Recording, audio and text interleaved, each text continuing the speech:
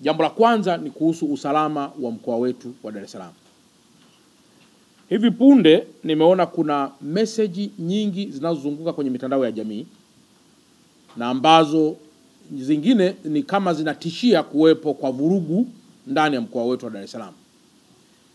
Nimewaiteni ndugu zangu waandishi wa habari ili nyinyi mkawe kipaza sauti kwa Watanzania na hasa wa Dar es Salaam kwamba hakuna mtu yoyote atakayevuruga amani ya mkoa wetu. Jana tulitoa maelezo kadhaa na Sakap Mlilo ZPC wa kanda maalum ya Dar es Salaam alitoa pia maelezo kadhaa kuhusiana na usalama wa mkoa wetu.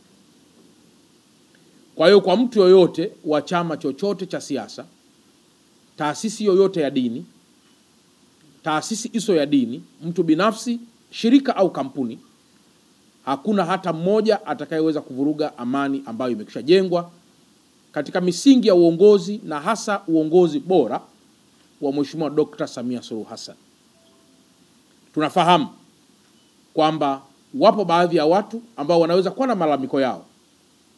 Wazingatie sheria, wazingatie utaratibu wa namna ya kufikisha kwenye vyombo na taasisi zinazohusika na masuala ya malalamiko walionayo.